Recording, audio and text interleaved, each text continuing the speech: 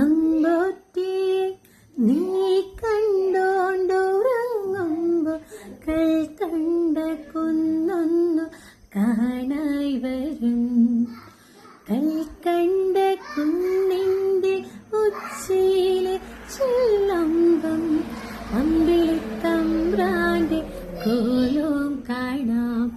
ആ കോലത്തെത്തുമ്പോൾ അവിടെ എന്തൊരു രസമെന്നോ. അവിടെ പാൽക്കാവടിയുണ്ട്, അവിടെ പായസപ്പുഴയുണ്ട്, അവിടെ കാത്തുരമ്മയിരിപ്പുണ്ട്. ചാഞ്ചാടിയാടി